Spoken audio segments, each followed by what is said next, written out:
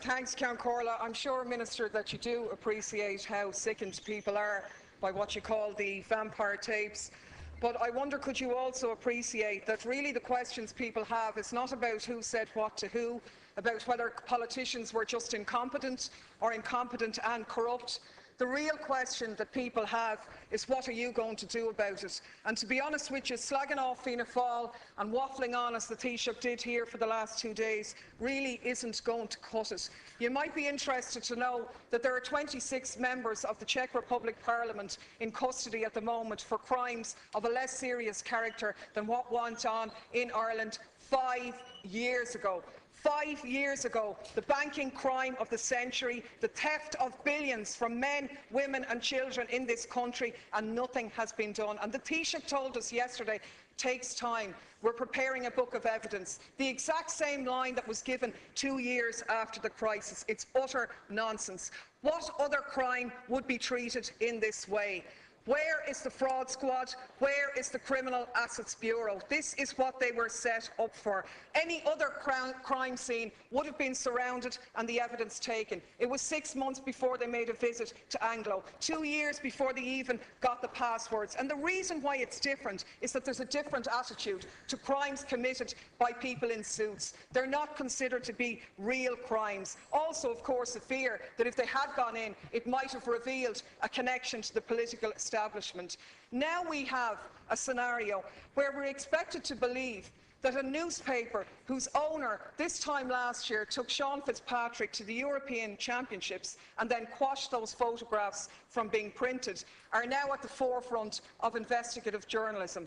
We're expected to believe that the Garda Commissioner, who we know has a legal responsibility under the Garda Síochána Act to inform the Minister of serious matters of public interest, didn't inform the Minister about these very serious tapes, and yet they ended up in the hands of one of the Guards' favourite sources of information. The greatest challenge is we are expected to believe there's something unusual here.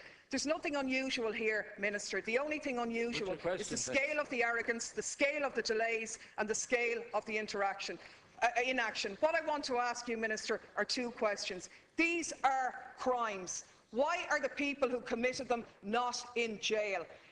And if you, who are in power, say that our laws are inadequate, what are you doing about them? We've heard a lot from the Labour Party how you haven't voted for the bank guarantee. You voted for every other cut to pay for it. There is 25 billion in bonds in the Deputy, would you please resume on behalf of the government to cover the promissory notes. What I'm asking you, Minister, is that we know that once issued, this becomes sovereign debt.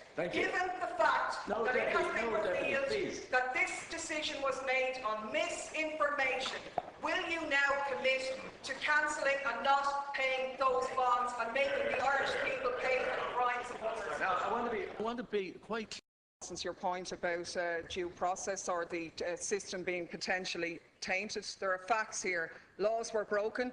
This criminal activity happened, and those who were responsible for it haven't been brought to book. And I don't think that the people out there are interested in Oireachtas inquiries. The critical thing, actually, that they're interested in, that those responsible would be brought to account, firstly, but more importantly, that everybody else who was paying the price for their crimes would be released from that life sentence. And you, unlike what you did in the past when you were in opposition, have an opportunity to do that now.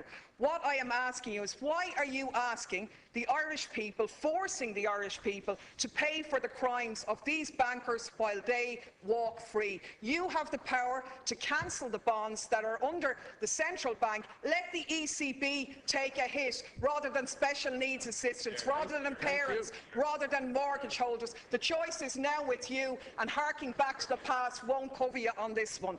Minister.